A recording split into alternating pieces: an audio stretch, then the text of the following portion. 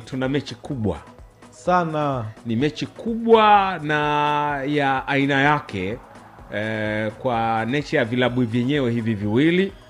Tuna mechi kubwa ya dabi, mechi ambayo inawakutanisha Young Africans wakiwa ni wenyeji, lakini Simba Sports ambao ni wageni. Tuna kalenda ya mechi kubwa.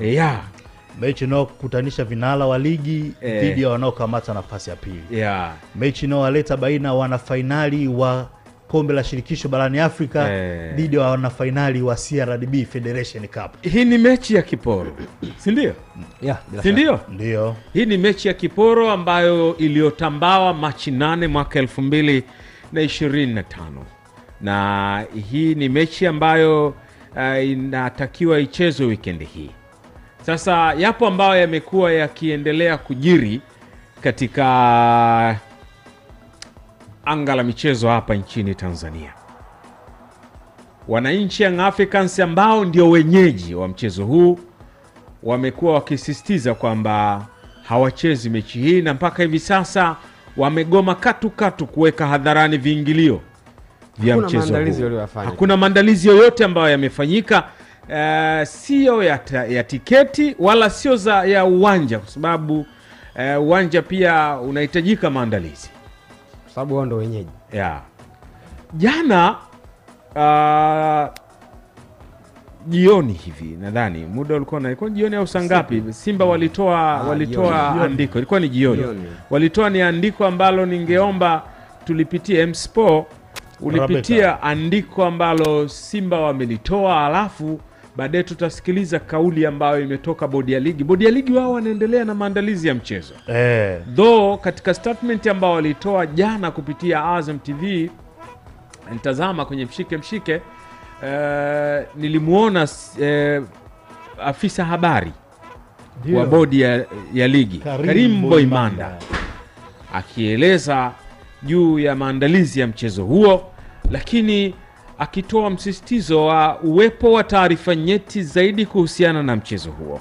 Tutakuja kuisikia kauli yake, lakini twende kwenye kile ambacho Simba Sports walikitoa jana kupitia ukurasa wao rasmi wa Instagram. Sawa kabisa. Hii ni taarifa kwa umma kutoka Simba Sports Club.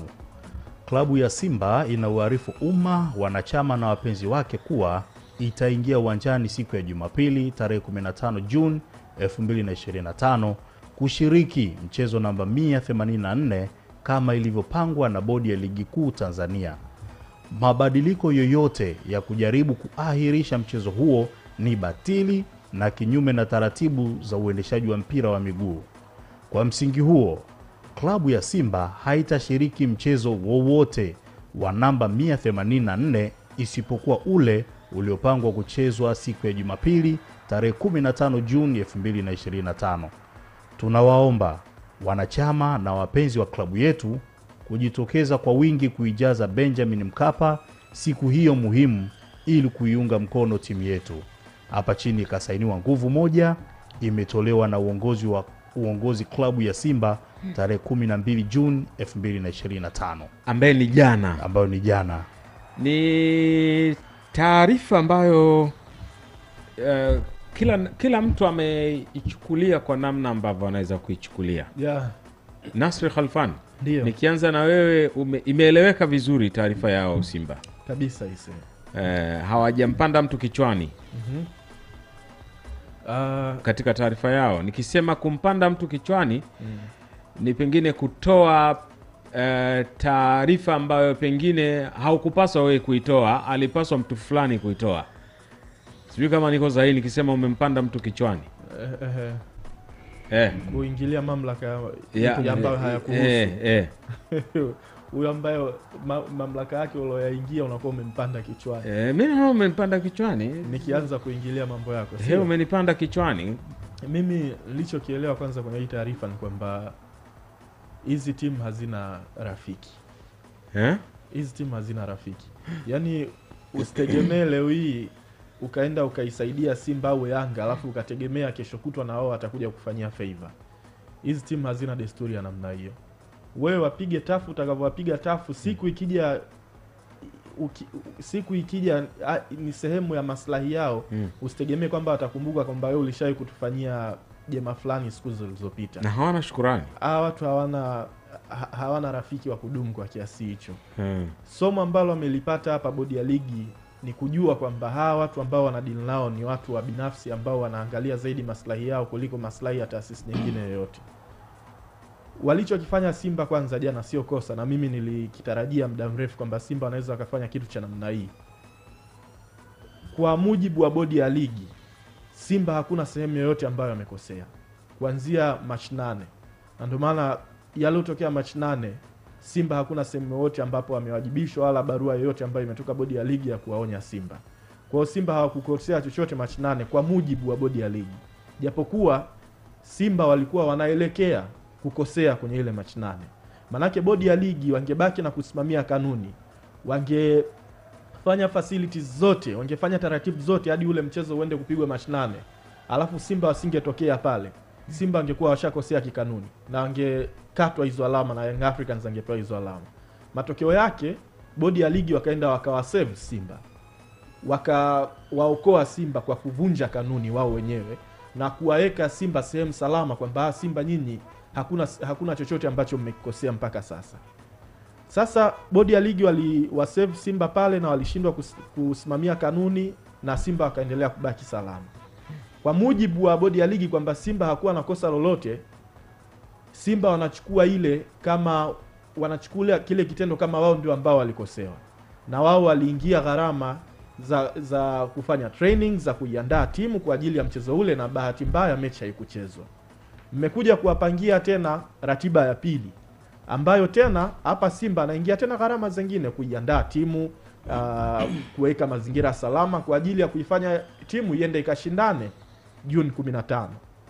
Sasa unapoipangia tena ratiba timu na unapoiingiza tena gharama timu kwenye ratiba ya pili mfululizo, alafu uende tena kuambia tena na ratiba hii tena haipo, timu yoyote serious haiwezi kuwa na imani na hiyo bodi ya ligi na kuwa tayari tena kushiriki mechi ya ratiba moja kwa mara mbili mfululizo isitokee, alafu akawa tayari kuingia tena gharama za kuiandaa timu kwenye ratiba hiyo kwa mara ya 3 mfululizo. Kwa hiyo hawa watu usije ukawapa favor yoyote ukategemea kwamba na wewe siku ukikwama watakubali,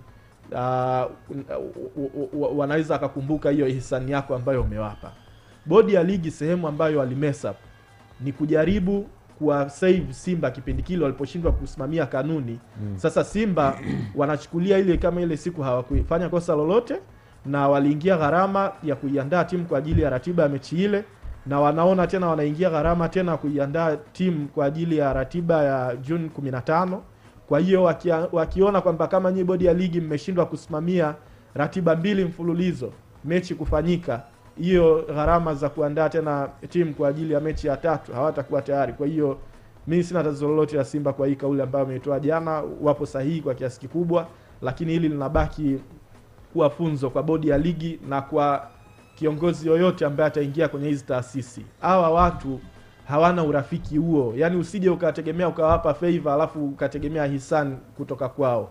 Ni bora ukasimamia, yani ukamalizana nao kikanuni mapema kuliko kuwapa favor fulani ukitegemea kwamba nawe kuna siku atakulipa hisani. Kwa hiyo bodi ya ligi walijaribu kufanya hisani kwa Simba, lakini Simba sasa wamerudi kuwa serious na kanuni na sio tena kujaribu bebana na bodi ya ligi. Simba wanataka kanuni, Yanga wanazitaka kanuni.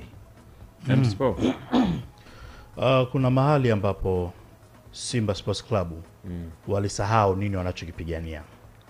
Kuna mahali ambapo Simba Sports Management walisahau nini hasa wanachokipigania. Ikafika mahali ikaenda hivyo kwamba uelekeo ni nani ambaye anayeumizwa na makosa ya bodi ya ligi, ikabainika Young Africans kwa haya yaliyopitia miezi 3 ndio wanaoathirika. Simba Sports wakaisahau vita wanaoipigana ni vita gani. Ukirudi kwenye waraka ule wa tarehe 7 mwezi wa 3, Simba waliweka wazi kabisa tunachotaka wawajibishwe watu waliopelekea mechi ya Simba isifanye mazoezi. Hiyo ni kabla mechi haijaahirishwa kwenye ile tamko la tuchezi. la Athletic team la tarehe 7 mwezi wa 3. Walisema wazi tunataka watu ambao wamepelekea hii kadhia kwa Simba Sports wawajibishwe, ikiwemo